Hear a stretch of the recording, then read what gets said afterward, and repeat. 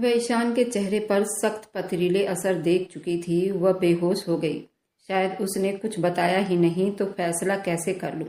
इस लड़की पर ज्यादा दबाव मत डालो। उसका बस एक ही शब्द निकल रहा है कि वो मुजरिम है। मैंने पहले भी बताया कि इस पर गहरा दबाव डालने से अच्छा है और भी बातों पर गौर करो। दूसरों की बातों पर भरोसा करने के बजाय इससे नरमी से पेश आओ और सच्चाई को जानने की कोशिश करिए। इस तरह तो आप भी इस लड़की पर प्रेशर डाल रहे हैं जिसका कोई फायदा ही नहीं होगा। ये शायद ज्यादा दबाव में आकर अपनी जान भी तो ले सकती है। कोई भी इंसान अपनी हिम्मत से ज्यादा बोझ नहीं ढो सकता। उसके बर्दाश्त से ज्यादा दबाव डालना अच्छा नहीं है। उसके इस तरफ ध्यान दिलवाने पर अपने तने हुए मुंह को ढीला छोड़ दिया। वह खुद भी समझ नहीं पा रहा था कि वह ठीक कर रहा था या गलत। लॉकअप से निकालकर सोनम को बाहों में उठाते हुए अपनी गाड़ी के तरफ चल दिया। पिछली सीट पर धीरे से लिटाते हुए चेहरे पर पानी के छिट्टे मारे तो हल्का सा कसमसाई थी। सोनम, आंखें खोलो प्लीज, मेरी बात सुनो। मैं तुम पर भरोसा करने के लिए तैयार हूँ। कुछ नहीं पूछूंगा तुमसे, बस तुम ठीक हो जाओ। ईशान उस पर झुका, उसको होश में लाने की कोशिश कर रहा था। उसने आंखें खोलकर इधर उधर देखा और फिर हैरानी से सवाल किया, मैं यहाँ पर कैसे आई हूँ? आप मुझे कहाँ लेकर जा रहे हैं? वो बड़ी बेयकीनी से ईशान की तरफ देख रही थी। तुम ठीक हो? ईशान ने उससे नरमी से बात किया था, मगर उसकी सवालिया निगाहों को खुद पर जमा देखकर गहरी सांस लेते हुए बोला, ठीक है, तुम फिक्र मत करो, हम घर जा रहे हैं। मुझे तुम पर कोई शक नहीं, मगर शायद सच्चाई जानने के लिए तुम्हारे ऊपर ज्यादा दबाव डाल दिया था कि तुम इस हाल को पहुंच गई हो सके तो माफ कर देना। ईशान सीधा होकर उसे तसल्ली देते हुए फ्रंट सीट पर जाकर बैठ गया और गाड़ी एक झटके से आगे बढ़ा दी थी। आ गए हो बेटा? उसको साथ क्यों लाए हो? क्या तुम्हारा खून इस तरह सफेद पड़ चुका है कि तुम इसके बिना 2-3 दिन न रह पाए और आज तुम उसको अपने साथ लेकर चले आए हो? इतना सब कुछ होने के बाद भी तुम अपनी पत्नी को देख रहे हो। कैसे आदमी हो, कैसे भाई हो? बहन के कत्ल के बावजूद उसके कातिल को घर ले आए हो। तुम्हें क्या सिर्फ इतना ही याद था कि ये तुम्हारी पत्नी है? क्या तुम्हें बहन की मासूम सूरत याद करके शर्म नहीं आई? ईशान, तुम ऐसा कैसे कर सकते हो? तुम अपनी माँ और बहन के साथ मेरे कलेजे को चीरने वाली हरकत कर डाली है तुमने। सुनैना बेटे को घर में दाखिल होता देखकर तसल्ली में हुई थी, मगर सोनम को साथ देखकर उनके चेहरे से सारा सुकून गायब होने लगा था। सुनैना ने एक पल भी नहीं लगाया था। बेटे को खूब शर्मिंदा करना चाहा, मगर उसने अपनी माँ की जैसे हर बात हवा में उड़ा दी। आज वह कुछ भी सुनना नहीं चाहती थी, इसलिए चुप से सोनम का हाथ थामे अपने कमरे की तरफ बढ़ गया था। कमरे में दाखिल होकर अपने हाथ में साइड टेबल से उठाकर एक लिफाफा खोला। ताजा मोगरे के फूल वाले गजरे निकालकर सोनम के काले बालों में लगा दिया। देखो, अभी मेरी बहन की मौत को 3 दिन हुए हैं और मैं तुम्हें गजरे खरीद कर पहना रहा हूँ। इसी से अंदाजा लगा लो कि मैं तुम्हें कितना चाहता हूँ। तुम्हारा भी तो फर्ज बनता है ना कि अपने पति की खुशी का ख्याल रखो। आज हमारे बीच मौजूद दूरियों को मिटा देना चाहता हूँ। ईशान बीते हुए दिनों की मोहब्बत के जुनून में वापस लौट आया था। सोनम का हाथ थामे छोटे छोटे कदम उठाता बेड तक पहुंचा था। प्लीज ऐसा मत करो। सोनम के चेहरे पर घबराहट और दर्द सिमट आया था। मगर क्यों? मैं तुम्हारा पति हूँ तो क्यों मुझे खुद से दूर रखना चाहती हो? तुम्हारे साथ क्या समस्या है? सोनम पर बुरी तरह चिढ़ गया था, मगर अब और ज्यादा नहीं। बहुत देख लिए मैंने तुम्हारे नखरे। आज मैं हर दूरियों को हमेशा के लिए खत्म कर दूंगा।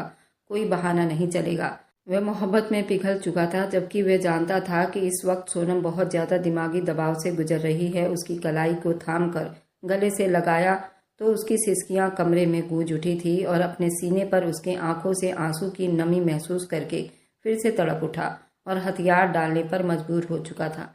ठीक है, तुम सो जाओ।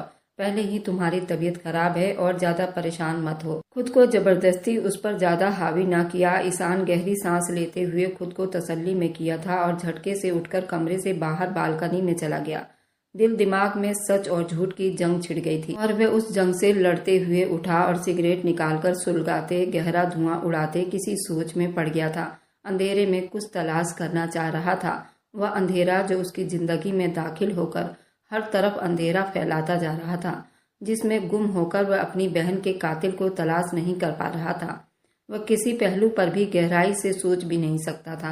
ये सारी समस्याएं उसके अंदर उसके दिमाग पर छप कर रह गई थी। सोनम का हर अंदाज चौंका देने वाला था। वह ईशान के इस तरह प्यार करने और उसके पास आने में अजीब बेचैनी महसूस कर रही थी। सोनम का ये रवैया उसको चौंका कर रख रहा था। माँ का भी अंदाजा बदला हुआ था। उनके अंदर ऐसा मालूम होता था जैसे वह अभी कुछ छुपा रही है। जिस वक्त घर में दाखिल हुआ, माँ की चीखें उसके कान में पड़ी थी और वह तेजी से माँ की तरफ लपका था, मगर उस वक्त सोनम कहीं दिखाई नहीं दी थी। माँ वहां पर बिल्कुल अकेली थी। फिर माँ क्यों बराबर सोनम को ही कातिल साबित करने पर तुली हुई थी? मनोरमा की मौत हादसा भी तो हो सकती थी। वह अलग सोचों पर गौर करना चाह रहा था, मगर कोई सिरा हाथ नहीं लग रहा था। वह वापस अंदर कमरे की तरफ पलटने लगा था कि सोनम लाइट्स ऑफ किए न जाने कब से नींद में गुम थी, और वह बार बार सोच सोच कर भी काफी थकावट महसूस कर रहा था और दिल व दिमाग को सुकून देने के लिए कुछ घंटे की नींद लेना चाहता था। बालकनी के ग्रिल से वापस जाने से पहले उसने एक निगाह दरवाजे से अंदर किसी साई को दाखिल होते देखा तो घबरा गया था। एक भी पल खराब किए बिना वह कमरे से बाहर था। सीढ़ी के पास खड़ा होकर उसने उस साय को बिल्कुल तेज रफ्तार से उसने अपने कदम माँ के कमरे की तरफ बढ़ाता हुआ देखा था। वह सावधान होकर उस मंजर को देख रहा था। वहां जो कोई भी था वह सीधा माँ के कमरे के सामने रुका और फिर दरवाजा खोलकर अंदर दाखिल होने के बाद ईशान ने भी अपनी फौजी ट्रिंग की मदद से बिना कदमों की आहट किए उसने कदम साये की तरफ बढ़ा दिए थे। वह साया किसी आदमी का था।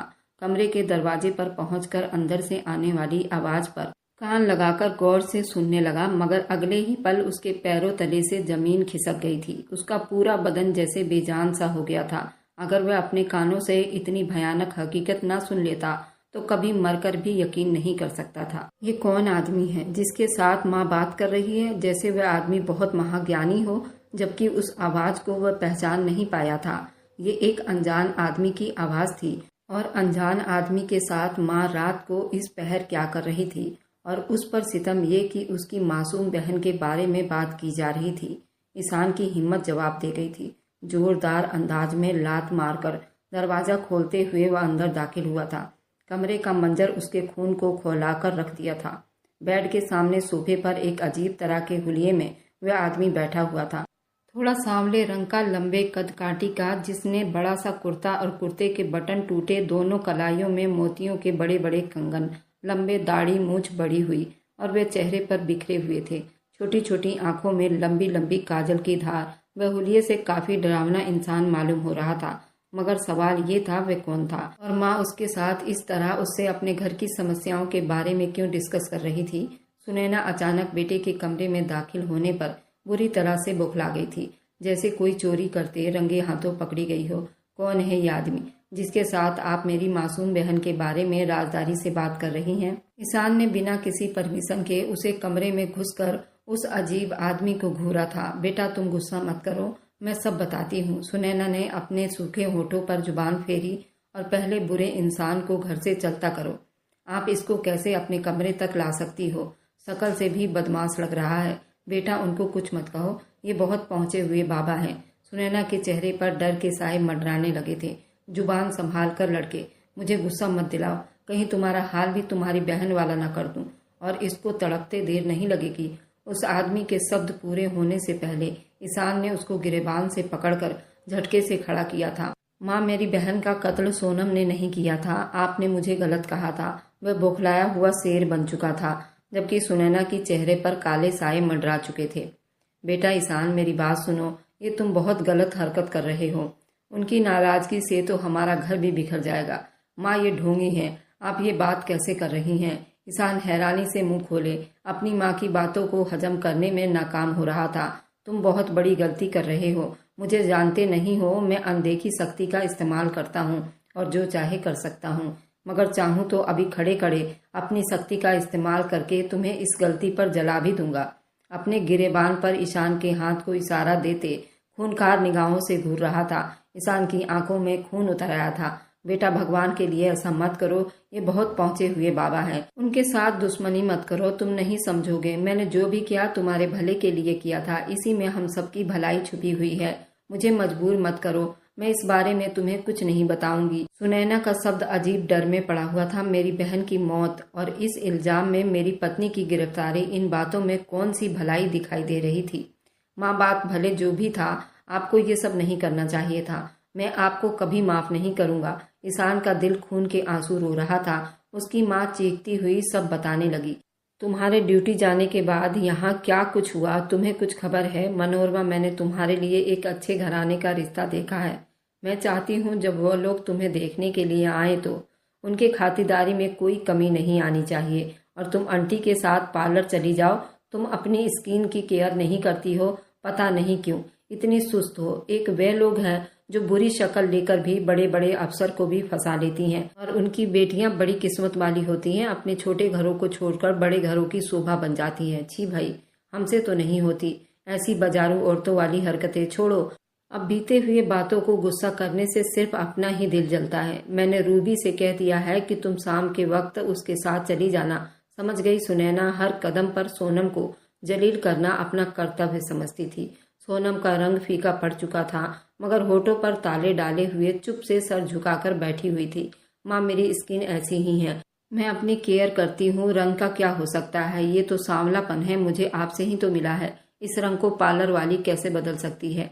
बिना वजह पैसे खराब करने की कोई ज़रूरत नहीं है, और मुझे कोई शादी वादी नहीं करना। मैं अपनी पढ़ाई पूरी करना चाहती हूँ, और भाई ने वादा किया था वह मेरी पढ़ाई पूरी करने तक तंग नहीं करेंगे। प्लीज आप भी छोड़ दीजिए ये सब। मनोरमा की ऐसी आदत पर सुनैना तिलमिलाकर रह जाती थी। मनोरमा, हर वक्त जुबान चलाना तुम्हारी आदत बन गई है। कितनी बार कहा है अपने कमरे में रहा करो। हम शरीफ लोग हैं, मगर तुम हर वक्त चंडाल के साथ रहकर ऐसी बदतमीजी सीख रही हो। माँ से बात करने की तमीज भूल जाती हो। अभी और इसी वक्त उठो और जाओ अपने कमरे में, और दोबारा मुझे इसके आसपास दिखाई न दो, नहीं तो मैं तुम्हें जान से मार डालूंगी। मैंने जो कहना था कह दिया, अब तुम कोई ऐतराज नहीं करोगी। ईशान बेटा है मेरा, मुझे उससे डराने की कोशिश मत करो। दोनों बहन भाई बस अपनी मनमानी पर उतर आए हो। सुनैना का गुस्सा किसी तरह ठंडा नहीं हो रहा था।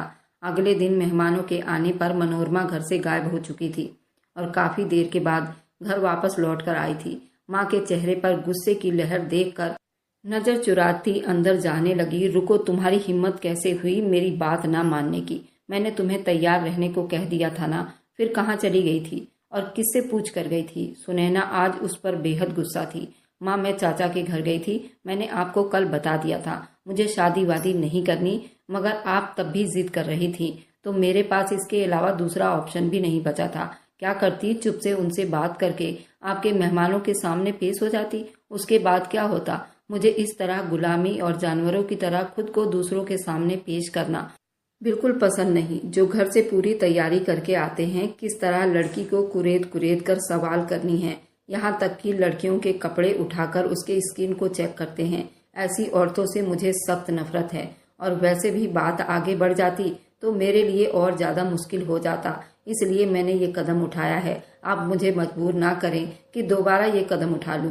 इस बार वापस लौट आई हूँ, अगली बार ऐसा मुमकिन नहीं हो पाएगा। फिर सारी जिंदगी बैठकर माथा पीटती रहना अपना। चलती हूँ, मुझे टेस्ट की तैयारी करनी है। मनोरमा ने अब साफ साफ शब्दों में कह दिया था, मगर सुनैना की आंखों से चिंगारियां फूट रही थी। तुम हद से ज्यादा बिगड़ती जा रही हो। तुम्हें तो मैं सबक सिखाऊंगी। कैसी पढ़ाई, कौन सा टेस्ट? मुझे खुद तुम्हारी सारी चालबाजी अच्छे से पता है। तुम अब अपने कमरे से बाहर कदम नहीं रखोगी। मैं बहुत जल्द तुम्हारी शादी करने वाली हूँ। हे भगवान, नाश हो ऐसी लड़कियों का। अब तो मुझे ये आंखें दिखाने लगी है, इतनी बड़ी हो गई है। सुनैना ने उसको बाजू से पकड़कर घसीटना शुरू कर दिया। कमरे में ले जाकर बेड पर धक्का देते हुए दरवाजा बाहर से लॉक कर दिया था। सोनम एक तरफ खड़ी सारा नजारा देख रही थी, मगर आगे बढ़ने या कुछ बोलने की हिम्मत उसमें नहीं थी। सुनैना ने खूनकार नजरों से उसको घूरा था और सर झटककर अपने कमरे की तरफ चल पड़ी थी। कुछ दिन तक मनोरमा ने खूब हंगामा किया, मगर फिर बिल्कुल चुप हो गई थी। सुनैना को जब यकीन हो गया कि मनोरमा अब मुजोरी करने लगी है, अगर अभी से उसके ऊपर दबाव नहीं डालेंगे तो ये लड़की न जाने क्या कर बैठेगी। सुनैना ने उसको कमरे से निकलने की परमिशन तो दे दी थी, मगर घर से अब भी बाहर जाने की परमिशन नहीं थी। और फिर एक दिन मनोरमा को सोनम से बात करते सुना तो उसका दिमाग झंझना उठा था। सोनम भाभी, प्लीज अब कुछ करिए, भाई को इस बारे में बताइए, वो मेरी मदद कर देंगे। मैं किसी और को पसंद करती हूँ और उसके अलावा किसी के बारे में सोचना भी नहीं चाहती। मनोरमा ने हल्की आवाज में सोनम को अपना राज सौंपा था। मगर मनोरमा, तुम जानती हो ना, माँ जी कभी नहीं मानेंगी। सोनम डर महसूस कर रही थी। उसकी फिक्र मत करो, ईशान भाई सब संभाल लेंगे।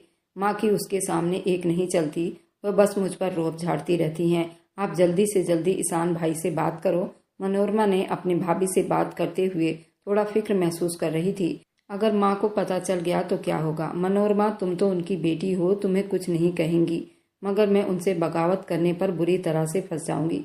तुम खुद अपनी माँ को इस शादी के बारे में सब कुछ सच सच बता दो या अपने भाई से खुद बात कर लो।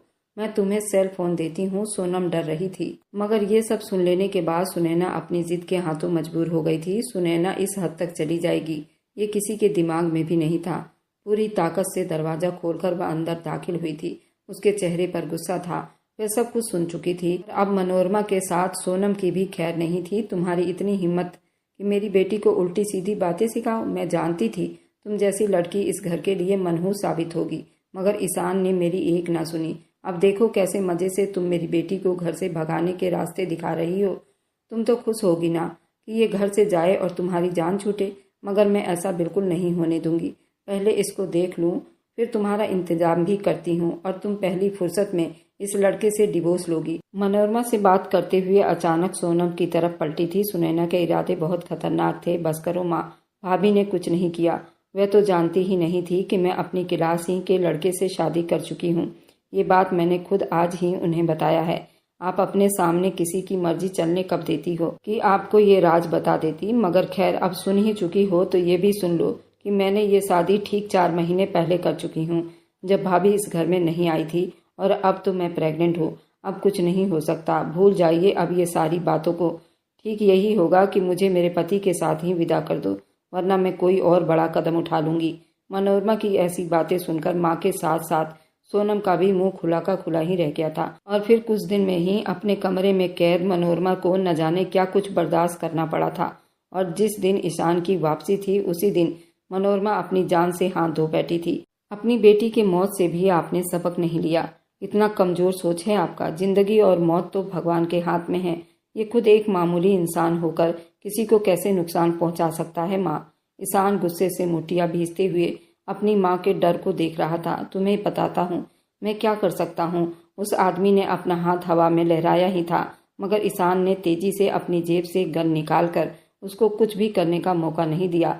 एक साथ कई गोलियां उसके सीने में उतार दिए थे। वह पल में ही ढेर हो चुका था और ईशान का गुस्सा देखकर सुनैना अंदर तक हिलकर रह गई थी। मुझे माफ कर दो बेटा, मैंने बहुत सोच समझकर ये कदम उठाया था। मैं नहीं चाहती थी कि हमारी बदनामी हो, लोग मेरी परवरिश पर उंगली उठाए, मगर मनोरमा ने मुझे ये सब करने पर मजबूर कर दिया था। मैं तुम्हें कैसे बताऊं कि कितनी बड़ी बदनामी जग हसाई हमारे दरवाजे पर पहुंच गई थी। सुनैना सर झुकाकर रोती जा रही थी। मुझे पहेलियों में मत सुलझाओ माँ, जो कहना चाहती हो साफ साफ कह दो। ईशान किसी भी तरह ठंडा नहीं हो रहा था। मनोरमा के लिए अच्छे लड़के का रिश्ता आया था। मैं उसकी बात चलाना चाहती थी और फिर तुम्हें उस लड़के के बारे में बताने वाली थी, ताकि तुम भी अपनी तरफ से उस लड़के को देखकर तसल्ली कर लो। मगर मनोरमा हमारी इज्जत को दांव पर लगाने वाली थी और वे किसी लड़के को पसंद कर बैठी थी और हमें बिना बताए हुए शादी भी रचा चुकी थी। और सबसे बदनामी वाली बात ये थी कि तुम्हारी बहन प्रेग्नेंट भी हो गई थी। सुनैना ने ईशान को हैरान कर दिया था। इसमें क्या बुराई है? मानता हूँ मनोरमा को हम पर यकीन करना चाहिए था, मगर अपनी पसंद से शादी करना उसका निजी मामला था और फिर आप उसकी इतनी बड़ी सजा कैसे दे सकती हैं? ईशान अभी तसल्ली में नहीं हुआ था। तुम्हारी मासूम बहन माँ बनने वाली थी और इस सब की जानकारी तुम्हारी पत्नी को भी था। तुम क्या चाहते हो मैं फिर भी चुप से तमाशा देखती रहती? नहीं ना, तब मैंने मजबूर होकर ये कदम उठा लिया था। सुनैना ने अपना जुर्म स्वीकार किया था, मगर उसका ये मतलब नहीं था कि माँ अपनी झूठी शान के लिए अपने एक नहीं 2 कत्ल कर डाले, वह भी इस आदमी की मदद लेकर। और फिर सारा गुनाह सोनम के सर पर डालकर खुद को बचा लिया। ईशान ने बड़ी मुश्किल से अपने गुस्से पर काबू करके कहा था, क्योंकि तुम्हारी पत्नी हमारे घर के लिए मनहूस है। तुम नहीं समझोगे ये बातें। ऐसी औरतें आने वाली नस्लों की बर्बादी का कारण बन जाती हैं, इसलिए मैं तुम्हें इससे दूर रखना चाहती थी। सुनैना साफ साफ शब्दों में ये सब बता रही थी। अपने जाहिलपन को खुलेआम अच्छा बता रही थी। माँ मनोरमा की गलत हरकत पर सोनम को मनहूस कहने के बजाय अपना बड़प्पन दिखा सकती थी। मनोरमा को माफ करके उसको हम अच्छे से घर से विदा कर देते और हर बात पर पर्दा भी रह जाता। बाकी जो उसकी किस्मत होती वह खुद उसकी जिम्मेदार होती। मगर आपने अपने आप को बुराई के दलदल में इतना झोंक दिया, अपनी सगी औलाद को मौत के घाट उतार दिया और जानती हैं ये काला जादू वगैरह कितना बड़ा अंधविश्वास है। आपने काले जादू की मदद से मेरी बहन को किस तरह दर्दनाक मौत दिया है। ऐसी माँ हैं आप। ईशान अभी तक यकीन नहीं कर पा रहा था। मैंने सोचा था मनोरमा अपने पापों की सजा पाने के लायक है और इस बात के लिए मैं खुद भी हिम्मत जमा नहीं कर पा रही थी। इसलिए इस बाबा का पता चला तो मैं उसके पास चली गई। उसने मनोरमा के बाल और सूट के बाजू मांगे और अपने काम को बहुत सफाई से अंजाम दिया। आज मैं उससे इस काम के लिए उसके मांगे गए रकम देने वाली थी, मगर तुम्हारे रहते हुए मेरा घर से निकलना दुश्वार था। इसलिए इस बाबा को खबर भिजवा दिया कि वह खुद अपने पैसे लेने आ सकता है, मगर रात के वक्त ताकि तुम लोग देख ना पाओ। इसलिए इस वक्त यहाँ पर ये आया था और अपने काम का पैसा लेने आया था। तुमने बहुत बड़ी गलती कर डाली। ये बहुत पहुंचा हुआ बाबा था। अगर तुम्हें कुछ हो गया तो मैं क्या करूंगी। मेरी ही गलती थी। मुझे किसी न किसी तरह खुद ही सारा काम करना चाहिए था। किसी की मदद लेकर मैंने बहुत बड़ी गलती कर दी है। सुनैना इतने अंधविश्वास में घिर चुकी थी। भगवान का डर करो माँ। अपनी औलाद से ऐसा सलूक करके बजाय शर्मिंदा होने के आप अभी भी अपनी जिद पर अड़ी हुई हैं। खून तो आपका सफ़ेद हो गया है और इस बात का ताना आप मुझे देती रहीं। सोचिए अपने भगवान को मरने के बाद क्या मुंह दिखाओगी। अपने जुर्म को कैसे छुपाओगी उस भगवान के सामने जो दिलों के हाल को अच्छी तरह जानता है। मैं आपको इस बात पर सारी जिंदगी माफ़ नहीं करूँगा। आपकी बात मानकर मैंने एक बेगुनाह लड़की को पुलिस के हवाले कर दिया था। ये तो भगवान की कृपा है कि मैं बगैर किसी सबूत के हद से ज़्यादा उस पर दबाव नहीं डाल पा रहा था, इसलिए उसको वापस घर लाया था। मगर मैंने उसको माफ़ नहीं किया था, बल्कि नरमी से उससे सब कुछ उकलवाना चाह रहा था। उसकी मोहब्बत में अपनी बहन को भी नज़रअंदाज कर सकता हूँ। मेरा मानना था ये इस तरह वह मुझ पर विश्वास करके कभी न कभी ज़रूर कोई गलती करेगी, मगर वह गुनहगार होती तो गलती करती ना। मेरी चुप्पी और बराबर उस पर शक करने से आप तसल्ली में हो गई और मेरे घर में रहते हुए आपने उस आदमी को यहाँ पर बुलाकर गलती कर डाली। शायद आपने गलती से ही सही, मगर उस दिन रो रो कर आप मनोरमा की मैयत के सिरहाने बैठकर उसके लिए इंसाफ मांगा था और फिर मेरे भगवान से ज़्यादा इंसाफ करने वाला तो कोई हो ही नहीं सकता। अब मैं और ज़्यादा इस घर में आपके साथ एक दिन भी नहीं रहूँगा। अब समझ आ गया कि आप मुझ पर क्यों इतना दबाव डाल रही थी, ताकि मैं अपनी पत्नी को इस घर में ना रखूं। मैं आपकी इज्जत करता था, इसलिए चुप था। ये नहीं कह सका कि शादी हो जाने के बाद पत्नी को अपने घर में हर आदमी रखता है। तो मैंने ये सब करके क्या गलत कर दिया था। आपकी तो नीयत ही खराब थी। पहले दिन से आपको इस बात से उलझन हो रही थी कि मैंने खुद अपने लिए लड़की पसंद क्यों की, और वह भी आम से गरीब घर की। आप जानती हैं मेरे लिए महंगी चीज़ें कभी अहमियत नहीं रखती थी। मुझे दिल और किरदार की खूबसूरती चाहिए थी जो मुझे उस लड़की में मिली थी, मगर अफसोस आप जैसी अंधविश्वास माँ के भेंट चढ़ गई। माँ ये बात कभी नहीं समझ सकती हो। आप रहिए अपने इस घर में अपनी आन बान शान के साथ, जो आपको अपनी औलाद से ज़्यादा प्यारी है। ये सब बोलकर वहाँ से जा चुका था और सुनैना आज अपनी आन बान शान के साथ बुरी तरह टूटने पर पछता रही थी, मगर एहसास होने में इतनी देर हो चुकी थी कि खाली हाथ बस पछतावे के साथ जीना था। ईशान वापस अपने कमरे में लौट आया था, जहाँ उसकी पत्नी बिस्तर पर पड़ी दर्द से तड़प रही थी। मुझे माफ़ कर दो सोनम, जिंदगी में पहली बार मैं हकीकत को पहचान नहीं पाया था और अनजाने में तुम्हारे लिए तकलीफ बनता चला गया। मैं अपनी जिम्मेदारी पर तुम्हें ब्याह कर इस घर में लेकर आया था। मैं तुम्हें हर खुशियाँ देने वाला था, मगर मैं अपने कर्तव्य पूरे करने में बुरी तरह नाकाम रहा। तुम्हारे लिए तकलीफ का कारण बनकर बेहद शर्मिंदा हूँ। मैंने अपनी माँ पर अंधा विश्वास किया था। समझ ही नहीं पाया कि वह तुमसे इस तरह नफरत करती है, तुम्हें बर्बाद करके रख देगी। उस औरत से मैं क्या शिकायत करूं जो अपनी सगी औलाद की नहीं हुई। मगर काश तुमने मुझ पर भरोसा किया होता और मुझे सब कुछ सच सच बता दिया होता। कम से कम तुम्हें इस तरह परेशानी ना झेलनी पड़ती और ना ही पूरे एक हफ्ते तुम्हें पुलिस स्टेशन में बिताना पड़ता। वह अब बर्दाश्त नहीं कर पा रहा था। मैं क्यों समझ नहीं पाया कि तुम डरी हुई क्यों हो, तुम्हारी बेबसी महसूस नहीं कर पाया। मैंने तुमसे मोहब्बत का वादा किया था, मगर तुम पर भरोसा नहीं कर पाया, क्योंकि मैं अपनी बहन मनोरमा से भी बेहद प्यार करता था। उसकी मोहब्बत में सच और झूठ का अंदाजा नहीं कर पाया, मगर अब और ज्यादा नहीं। मैं अब तुम्हें खुद से कभी दूर नहीं करूंगा। अपनी माँ की बात सुनकर तुम्हें उनके तरस पर छोड़ देना भी मेरी खुदगर्जी थी। हो सके तो मेरी ये गलती भी माफ कर देना। मैं तुमसे बेहद मोहब्बत करता हूँ। अगर तुम्हें कुछ हो जाता तो मैं सारी जिंदगी खुद को कभी माफ नहीं कर पाता। काश तुम मुझ पर भरोसा कर लेती सोनम, काश एक बार मुझ पर भरोसा करके देखा होता तो मैं कभी तुम्हें मायूस नहीं करता। ईशान ने आगे बढ़ते हुए सोनम को अपनी बाहों के घेरे में लेते हुए अपनी गलती को स्वीकार किया था। आज बंद कमरे में अपनी मर्दानगी पर फूट फूट कर रो रहा था। सोनम हैरानी से उसकी बातें सुन रही थी। ईशान सोनम की हर तकलीफ, हर जख्म पर मरहम लगाना चाहता था। अपने बाहों में उस पर मोहब्बत लुटाते हुए सोनम को हमेशा के लिए अपने साथ ले जाने का वादा कर चुका था। और मेरी वीडियो जहां कहीं से भी आप लोग देखते हैं, कमेंट में अपने शहर और राज्य का नाम जरूर बताइए। मुझे आप लोगों के कमेंट पढ़ने में बहुत आनंद आता है और उन सभी का मैं बहुत बहुत बहुत धन्यवाद करना चाहती हूँ जो लोग मेरी वीडियो को देखते हैं, लाइक करते हैं, शेयर करते हैं।